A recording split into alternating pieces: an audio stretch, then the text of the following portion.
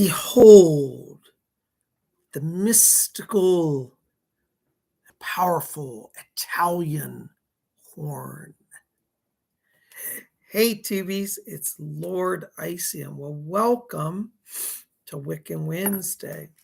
I've been wearing today one of my favorite mystical charms. This is called the Italian horn. Some of you may know what this is, and some of you may not. Back when I was a kid in the 1970s, this was very popular. A lot of people used to wear it, and I used to see a lot of people wearing this magical charm. It's called the Italian horn, particularly among the Italian community. Oh, look, we got some people coming in. There's Denise T. There's Baroness Cola Bobs. Yay, there's Amanda S. There's Maria Lane. There's Sandra D. Sandra D says, I always wanted one, but I was told it has to be gifted to you. Well, that's not actually true. You can get one, and we're going to talk about that. Hi, Darla. Good to see you. Darla Bungar is here. Amy Radcliffe is here. All right, welcome. Well, today we are talking about the mystical Italian horn. That's right. And as I said, back when I was a kid in the 1970s, I see a lot of people wear these. Now, what's interesting is if you ask the average person on the street who you see wearing one, you say, what's that pendant they're wearing? They might say, oh, it's just some horn pendant, somebody gave me, or they might say it's an Italian horn. They might know that, but they don't probably know a lot about it beyond that. Some people will know that they'll say, oh, I wear it for protection, and it absolutely is a protective charm. But it actually is very fascinating and ancient history. Hello, Lady Jane of the Earl Grey Tea Tribe. Hey, Justin D., welcome. All right. Justin D. says, I got told why am I wearing a chili pepper? We're going to talk about the chili pepper, Justin, so hang with us, okay? We'll get to that in just a little while. Baroness said, I had a big vintage one when I was in school, and I pawned it when I turned 18. Oh, well, I'm holding on to mine. Mine is sterling silver, and this is an interesting one because you can see it's got a texture. It's textured silver. I don't know if you guys can see it. Isn't that cool? It's not in sterling. I got on a sterling silver chain. But the history behind the horn is kind of interesting because it actually has ancient pagan roots.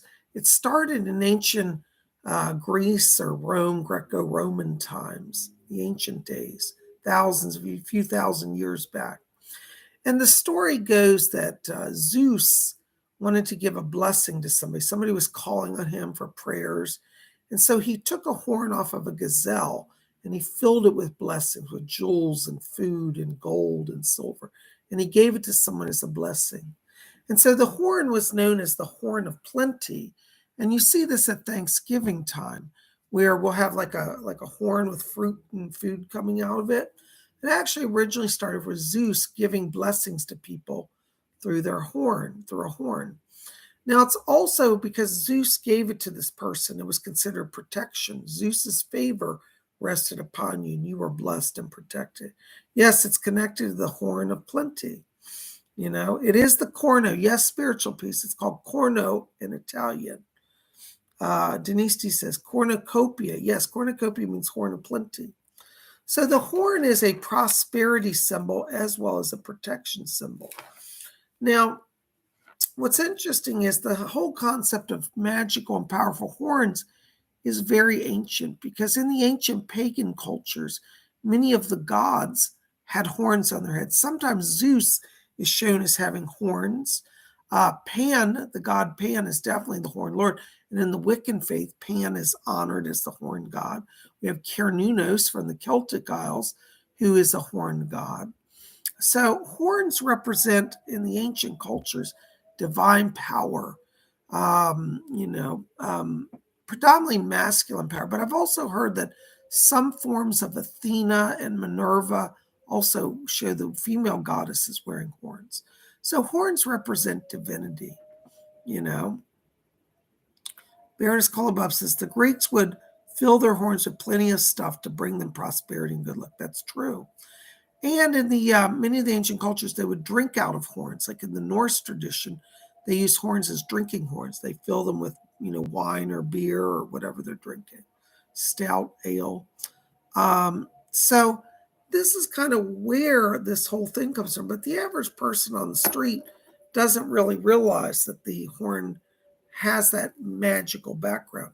Now, many people today wear the horn as a protection charm. And it is, because it's literally a symbol of divine power. Zeus, the divine god's blessing, or whatever horn god you like, is putting their power on you. Now, I love Zeus. I also love Pan and Dionysus. And all three of them have been shown in iconography with horns. So it could be the horn from Zeus, the horn of Pan, the horn of Dionysus. It could be any of the gods. So the horned lord is represented. Now, somebody's going to say, well, Bob, I always see men wearing it. Can women wear it as well? Yes, women can wear the horn as well because the gods protect all of us. Yes. Amy Ragland says Vikings, great show. Yeah, they have the drinking horns in the Viking show. And they used to wear horned helmets. A lot of the Vikings wore horned helmets. So again, here's another horn connection. The Norse did it. The Greco-Roman people did it. And today in modern Italy, the horn is considered pretty much a protective charm. What does it protect against in modern times? The evil eye. Now, if you don't know about the evil eye, go see last Wiccan Wednesday's video. We go into all of that. But basically, the evil eye is believed to be a malevolent force, a kind of a cosmic cloud that brings curses and destruction and sorrow on people. And wearing the horn is believed to avert it.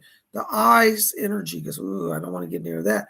And for people who cast an evil eye, they look upon you with envy and hatred, this will deflect their glance as well. It's like the horn is almost like a lightning bolt, pierces the eye and stops its power.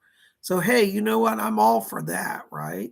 Who doesn't need a little protection, a little power in their lives, huh? So, yes, the horn is very, very powerful, very magical. Now, for you guys out there, the horn can also be used to, how should we say, enhance and protect male virility. You know what I'm saying? It is a little bit of I don't know if I should say it, a phallic charm. So if you're a guy and you're feeling studly or want to kind of send out the signal, hey, I'm a hot studly guy, wear a horn. All the girls will be chasing you. Like, ooh. I think this is where the word horny comes from, because I'm horny. Well, you start wearing this, you'll be horny all the time. Every time I wear this, and Baroness Cola Bobs goes crazy. She's like, oh, come and talk to me, Bobby Ray. So I think this horn is, is kind of, it kind of works the magic on a lot of different levels. But whether you use it for fertility or wealth or protection from evil, protection from the evil eye, it's a powerful charm. Now, as I said, also in the ancient Greco-Roman times, they would oftentimes sacrifice animals like bulls to Zeus. So the horned animals were often associated with Zeus and offerings to Zeus and power and blessing. So if you get a horned pendant, you want to kind of offer it to your god, whatever god you want. And, the magic is that you bring down the divine power. So like, for example, if I wanted to ask Zeus or Pan or anybody, I'd say, great horned god, I ask your blessing on this charm. May it be your symbol, your horn of power, and may you work through it to surround me with energy of protection and blessing.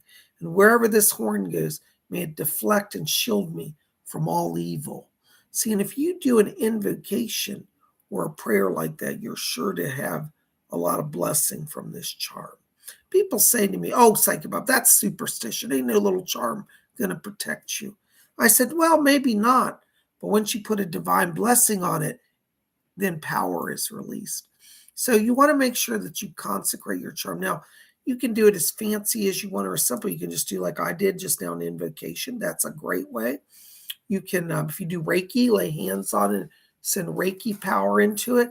If you want to get really ceremonial and fancy, you could have incense and consecrate it through mystic smoke and splash it with holy water and pass it through fire. And you can do anything you want. But I think what's most important is that you understand that with the horn charm, you want to invoke deity, divinity, whatever god you worship. Like I might want to invoke Zeus or Pan or Cernunnos or Dionysus, any of the gods that you feel that represent the horned lord to you is what you want to invoke, particularly in Wicca, because the traditional Wiccans, the Gardnerians, used to worship Pan or Cernunnos as the horned god, and then they would have the moon goddess as the goddess. Now, today we have a lot more eclectic Wicca, and so some of this tradition, unfortunately, is being forgotten or lost. But if you want to be ultra traditional, you do want to invoke the horned god for your charms. Okay. Now, this leads to another charm, which we're going to do a whole different video on another day. But this is another charm that I found while I was looking for my charms. This is my little hand charm. It's the hand. You see how my hand is? Well, this is a little miniature hand, see?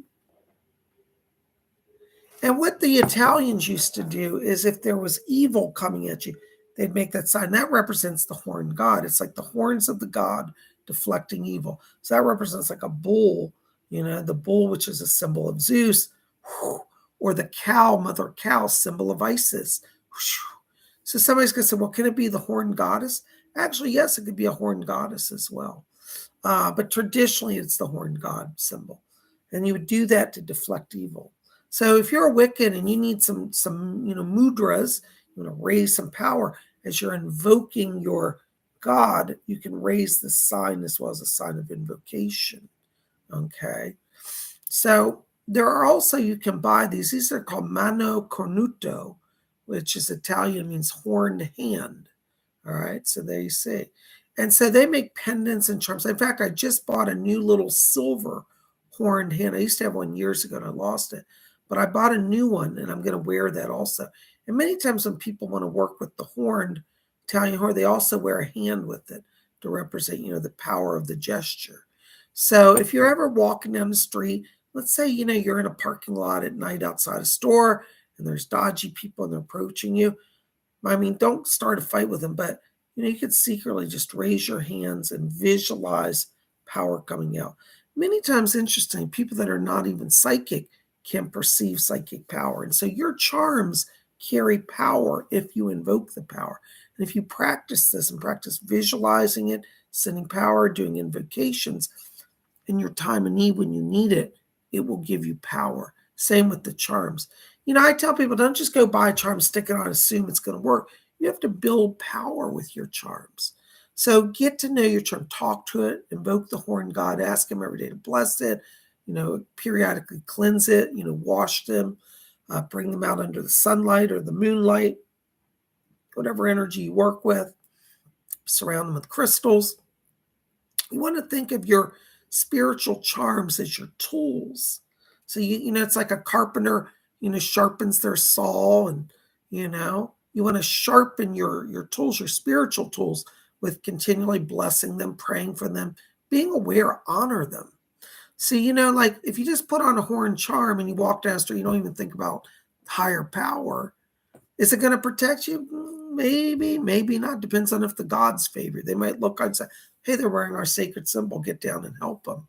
But you'll know that your charm is going to work for you if you've spent time preparing it, charging it, consecrating it, praying over it, This is why, a lot of the Jewish charms, I have a lot of Jewish friends, and the Jewish charms, I think, are very powerful. Why? Because the Jewish people know to infuse all their charms with prayer. I knew a Jewish man who used to wear the phylactery, where you tie a leather cord around your arm and it has a little leather pouch on it, and it's got scriptures. They pray every day over that. I also knew a Jewish person who wore a mezuzah. It's got a little sacred skull. They pray every day. So you want to treat your charms like that. Pray for them. Give them power. I think it's wonderful. Baroness Kolbob says, can I work with your horn bobs if it's magic? Yes, this horn, I'll share it with you. I'll get you one too, and you can work with it. But it's not just because I've chosen. You got to put your own power into it as well, So there you go. All right. Now, so as I said, there's also the horn. Somebody was earlier was asking, I don't know where you went. Forgive me, I'm forgetting your name, about the red chili pepper. All right. Well, we're going to do a whole different video on that. But for right now, I do want to say that the red chili pepper is often worn. This is a big ornament, but they make little pendants. I don't have my little pendant yet. I just ordered one, but it didn't get here in time. But the red chili pepper is also used throughout Italy because it very much resembles the horn. And red is considered a protective color. And so the red chili pepper can be put up as a protective charm. And it's basically the same as the Italian horn. It's a horn-shaped item. The red is divine power and protection and blessing. Many times in the charms, blue and red are predominant in the ancient cultures. Most cultures have the blue beads or blue eyes as protection. And then we have the red horns. Sometimes you'll find, in fact, I have one coming. I have an Italian red horn that has been dipped in red paint or red enamel. And so I'll have that. It looks like that, but it's in bright red, silver coated red, shiny gloss enamel. So that's why I'm saying the horns and the red peppers, many people say, are they the same or they're different? They do the same thing, but they come from different sources. The red pepper was believed to be, natural charm that would protect the house and protect family. It was believed that it stopped evil gossip, and like the horn, it could, poke out evil eyes. So when you'd wear a pepper pendant, that's also the same as a Italian horn. So really, they're similar, and you can use them interchangeably. I think that in the United States these days, the red pepper is more predominant than the Italian horn. A lot of people put them in their houses. They don't even know the meaning. But for example, my brother lives in New Mexico, and out in New Mexico, you'll see people have giant swaths, like giant red chili peppers in a wreath hanging out front of their house, on the door or on the lampposts. And it's believed that hanging up red chili peppers protects the home from evil. So you'll see those in the Southwest. Anybody here from New Mexico or Arizona out that way? These are very popular, the red chili pepper. It actually started in Italy, but it came to the American Southwest with Italian immigrants, and also through Latin America and Mexico, it's very popular. Now, what's interesting is, in Wicca, we have the five-pointed star. Like back here, it's a sacred symbol of protection. Well, this is another charm I'm going to show you. This is kind of cool. It's a red chili pepper star. And this combines the concept of the Italian horn, the red chili pepper, and the pentagram. Now, isn't that mystical and magical? A red chili pepper star, the five-pointed star, which is also a witchcraft symbol. So this is interesting because we have a lot of different kind of traditions overlapping in this charm, But generally, the color red is associated with the red chili pepper. The mano cornuto is off. This one, as you see, is in red. It's traditional red. And the Italian horn is oftentimes done in red as well. The Italian horn is sometimes seen in Italy, and if you look these up, they're very expensive. They do the Italian horn in red coral. You don't see it as much anymore because environmental stuff and harvesting of coral is different now. But back in the 1900s and up to the 1950s, a lot of these charms were made out of red coral. Red, again, was protective, but it was also associated with the goddess Venus. Red coral was considered her sacred, stone or plant. And so the Italian, again, emphasizing the virility aspect of the horn as well. So whether your Italian horn's in silver or gold or copper or aluminum or glass or ceramic, it doesn't matter. But this is a little bit just today to introduce you to this charm, okay?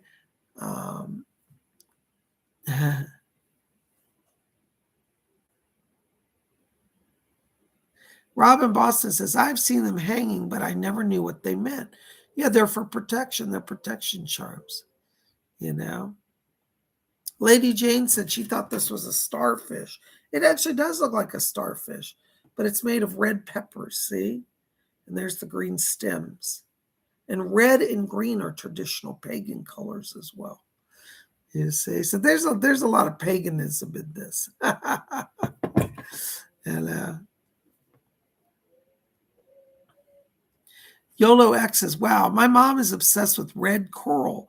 It makes so much sense. And yeah, it's very traditionally protective. So if your mother, particularly she's from an Italian heritage, she will definitely know what that means, you know.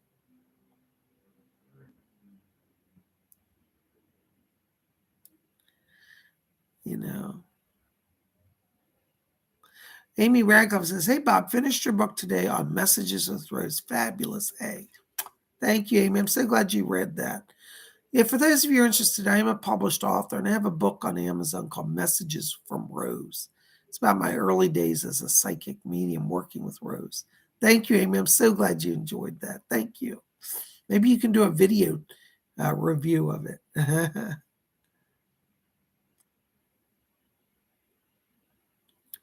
Robin Boston said, I just thought that the wreaths were just pretty. Well, you know, Robin, honestly, a lot of people, particularly in the Southwest, and around here you'll see it too, buy them and put them up. They don't necessarily know the esoteric and spiritual meanings behind them.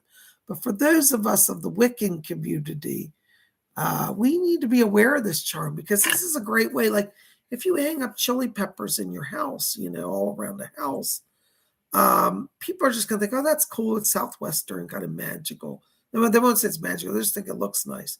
But really, those of us who do magic, we know that we can use these as signs of power, you know.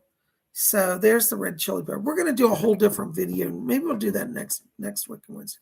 There's a lot more I can do on that. But today, I just wanted to talk about the Italian horn and show you that there are parallels. And particularly here in the United States, I would probably say at this time, the red chili pepper is probably more well known than the Italian horn in terms of charms. As I said, back in the 70s is when the Italian horn was really big in the US. I just don't see it as much anymore. I mean, I see it at jewelry stores, but I don't see people wearing it openly like I used to. But I think it's a powerful charm. I love it. I love the horn god. And so I feel comfortable wearing it, you know. Yes. Thank you, Baroness. So, anyways, I'm going to keep this short, guys, because I've got to get ready for a show tonight. I've got to do some other stuff. Tonight at 7 p.m., we'll be doing on Zoom the private event, an evening of psychic messages with Psychic Bob.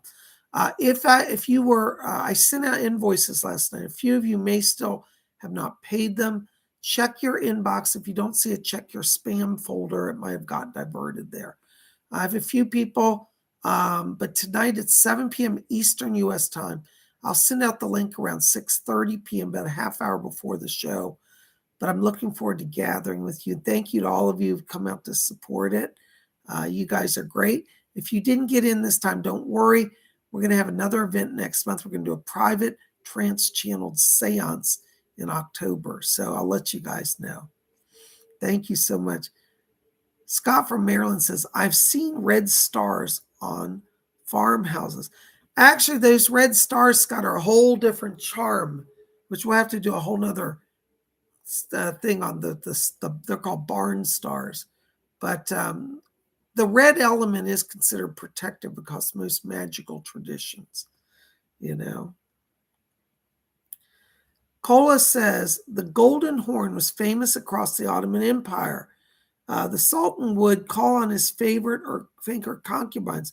They would walk up the golden horns, walk around with the golden horns. They thought it would brought fertility.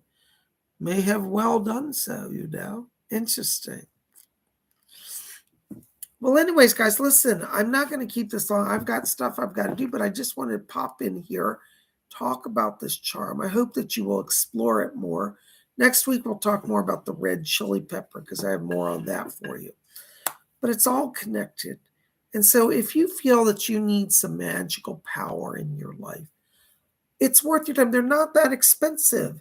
You can get them in gold or silver or ceramic, or I've seen silver plated, brass. You don't have to spend a lot of money, pewter, enamel. But see if you can find yourself an Italian horn if you feel called to that. If it's speaking to you and you're like, that's kind of cool, go and research it. You can buy them on eBay or Amazon or Etsy. They're kind of everywhere now. But I believe it, and then do a consecration like we talked about. Listen, you're set up. You got some magical protection around you. All right. Maria Lane says, I want to buy one. Well, Maria, check them out. They're not.